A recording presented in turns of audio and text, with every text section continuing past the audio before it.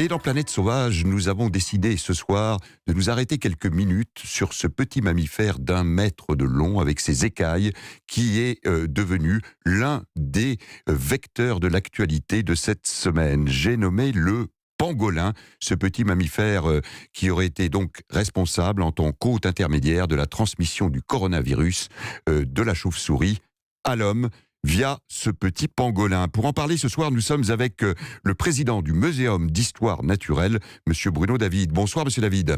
Bonsoir. Alors, pour tout vous dire, Monsieur David, le pangolin, ce mot était là dans ma mémoire. Il m'a fallu près de 48 heures pour que tout d'un coup, je me dise, mais où est-ce que j'ai entendu parler de cet animal avant l'actualité des derniers jours? Et puis soudain, j'ai retrouvé.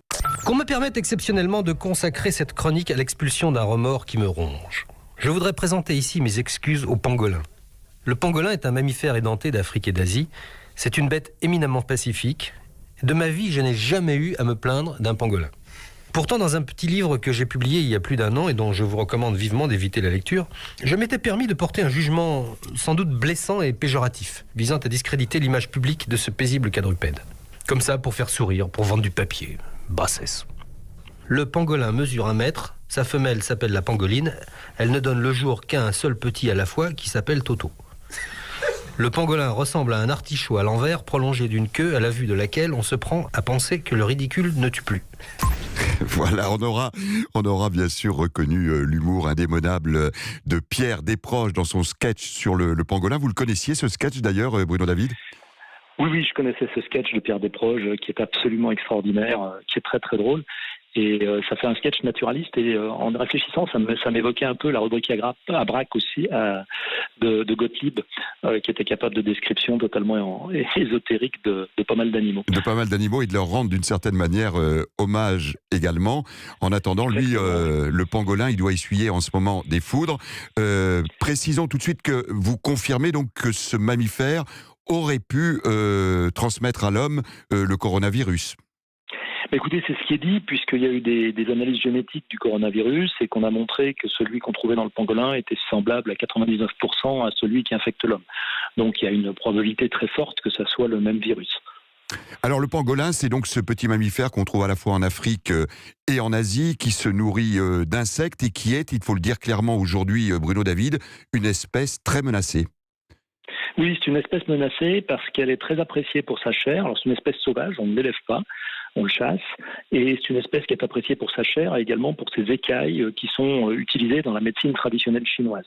Alors sur ces écailles, au moins, je voudrais dire que ce sont des écailles en kératine, c'est-à-dire qu'en fait, on les réduit en poudre, mais c'est un petit peu ensuite comme si on se rongeait les ongles. C'est la même composition chimique que l'ongle, donc ça n'a strictement aucun intérêt d'aller chercher des pangolins pour leurs écailles. Oui, mais voilà, la tradition est là et on lui prête à cette écaille des vertus aphrodisiaques, c'est ça dans certaines médecines ? Oui, c'est souvent le cas. C'est la même chose avec les cornes de rhinocéros, qui sont des poils agglomérés. Donc, vous voyez, on peut manger ses cheveux aussi.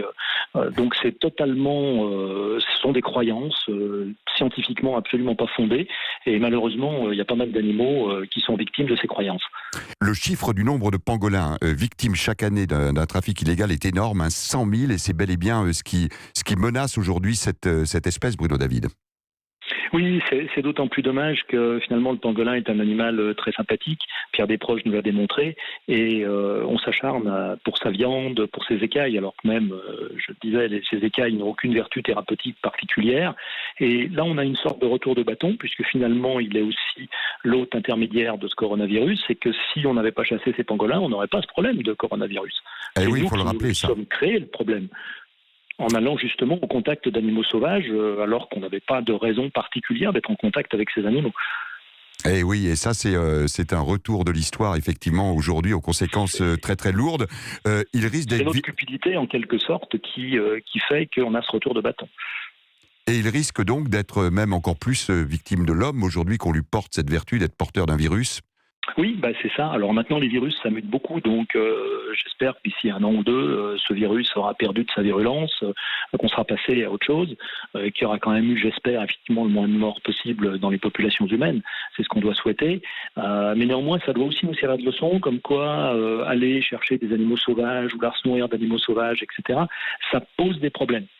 Et si on revient dans l'histoire, il y a très longtemps, au néolithique, le fait qu'on apprivoise un certain nombre d'animaux sauvages a amené aussi un certain nombre de maladies à cette époque-là, qui sont devenues des maladies courantes chez l'homme. Et on sait bien que la grippe, par exemple, ça vient beaucoup des animaux, etc., etc.